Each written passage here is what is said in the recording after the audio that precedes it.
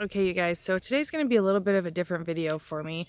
I don't usually do reviews on smartwatches, but I felt like I really had to share this with you guys if you're looking for a smartwatch slash fitness tracker. Let me start off by saying I prefer things to be more on the fitness level than an actual smartwatch. I do have multiple smartwatches. I own about 12 smartwatches slash fitness trackers. So today we're going to be doing like a review on the Fitbit Versa, which is the rose gold and peach one, and the Fitbit Ionic, which is just this gray one. Starting off, like the Fitbit Versa looks, more like a female version of a smartwatch. It's got a really nice screen, and you can scroll through kind of like seamlessly on all of your apps. You can add more third-party apps. They're making like they're having a software update where they're going to be able to download a lot more stuff, but right now it's pretty basic. I just want to get into what people aren't telling you about the Fitbit Versa. So let's start off with this band. I actually have not worn this for 2 days now. I've been wearing my Ionic. So this band, I don't know if you guys can see the cat hair on there, but every time that I pet my cat, the fur sticks to this band terribly. And it's actually hard to get off. You actually kind of have to pick it off. Like rubbing it off is difficult, but you really have to pick at it to actually like get it off from the band.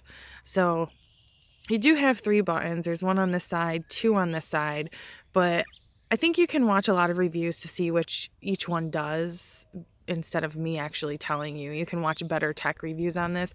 I just want to tell you the stuff that they don't tell you. The band sucks, okay? I hate the band. It's like a velvet finish. It sits on my wrist, not quite flushly, so I'm not like a huge fan of it. And then the charger. The charger is this big bulky thing, and you have to pinch the sides to open the charger up to put it in there. So it sits in there like this.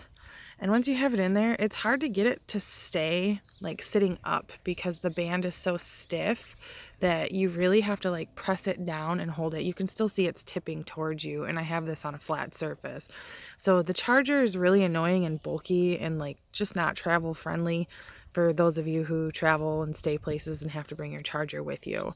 The other biggest thing, and I don't know if you guys can see it in this video, is when you turn the screen on, it's off-centered. There's more black down here than there is up at the top.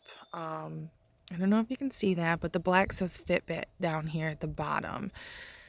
And then I do get pretty good battery life out of it. I can't complain about the battery life, but Fitbit Versa is advertised to be able to have quick reply text, but in all actuality, they're lying to you. It's false advertisement because there is not quick reply on this. There's a software update coming in May that's supposed to put quick reply on it, so don't fall for their dirty false advertising. Like, I don't mean to sound depressed. It's a really pretty watch, and I actually only bought it because it was pretty, not because it had any better features or anything.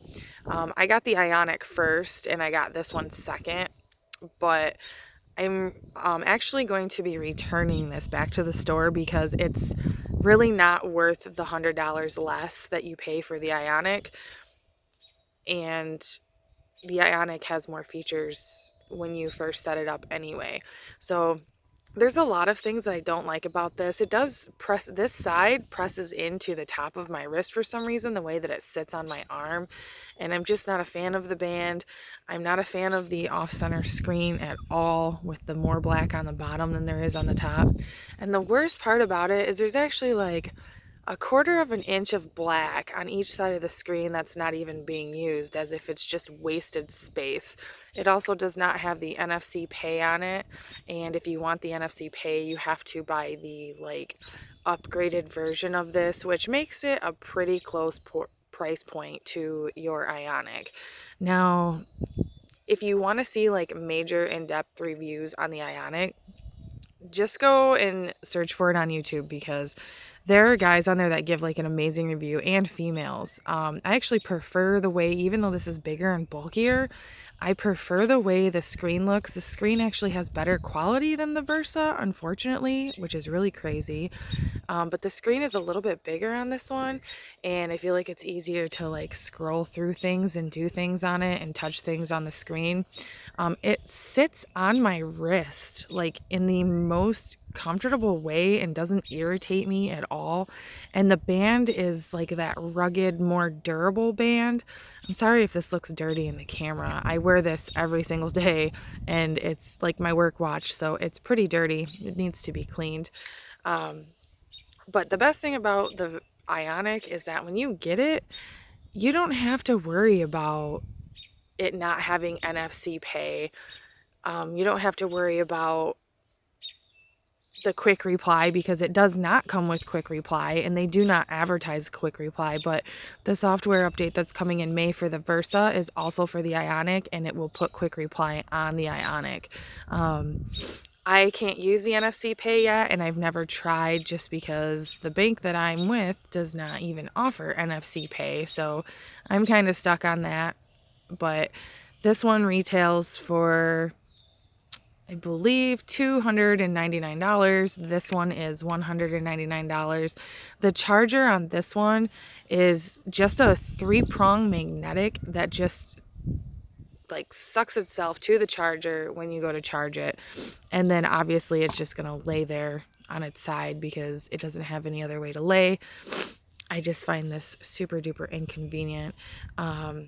There's a couple other things that I obviously can't think of off the top of my head, because it's kind of a messy review about the Versa that I just don't like. I feel like they tried to make it $100 cheaper, and they did it in the cheapest way they possibly could. Like this feels like a lightweight item that you can order on Wish for literally $30, and this feels like a heavy duty expensive device. So they both do the same thing, and they both are very comparable with each other on what they do, but I would say for better features and more comfortability, I would go with the Ionic before I went with the Versa, even though the Versa is super pretty.